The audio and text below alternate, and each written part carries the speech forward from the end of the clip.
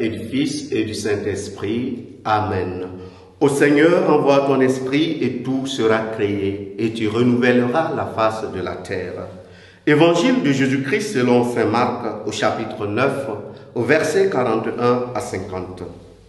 En ce temps-là, Jésus disait à ses disciples, « Celui qui vous donnera un verre d'eau au nom de votre appartenance au Christ, Amen, je vous le dis, il ne restera pas sans récompense.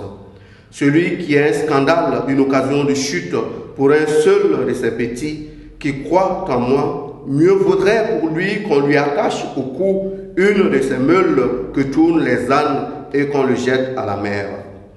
Et si ta main est pour toi une occasion de chute, coupe-la.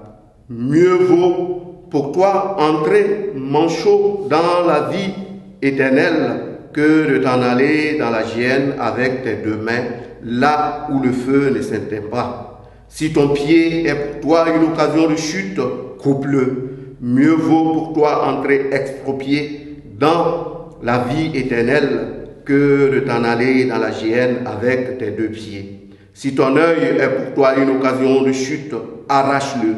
Mieux vaut pour toi entrer bon dans le royaume de Dieu que de t'en aller dans la géhenne avec tes deux yeux. Là où le ver ne meurt pas et où le feu ne s'éteint pas. Chacun sera salé au feu.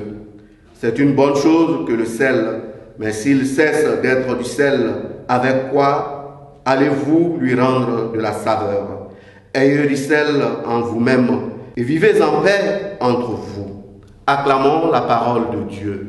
Louange à toi, Seigneur Jésus. Bien-aimés dans le Seigneur, aujourd'hui, le Seigneur nous invite à la radicalité. Cette radicalité qui voudrait que chacun de nous apprenne à renoncer aux zones d'ombre qu'il peut avoir en chacun de nous. Et cela n'est pas ce qu'on pourrait dire un renoncement de contrainte. Non, c'est un renoncement qui est exigé par l'amour et l'adhésion au Christ. Adhésion à l'amour de Dieu qui nous ouvre justement à être capables à renoncer à nos propres satisfactions. Et le Seigneur vient nous faire comprendre que nous n'avons pas à servir pour notre propre satisfaction, mais simplement par adhésion à son amour, par charité, capable de voir Dieu dans le pauvre, capable de voir Dieu dans le faible. Voilà comment est-ce que nous créons des conditions pour nous mettre à la suite du Christ. Et le Seigneur nous met en garde que tous ceux qui œuvrent contre la charité, tous ceux qui cultivent la haine de l'autre, eh bien, sont en train de œuvrer pour leur propre condamnation.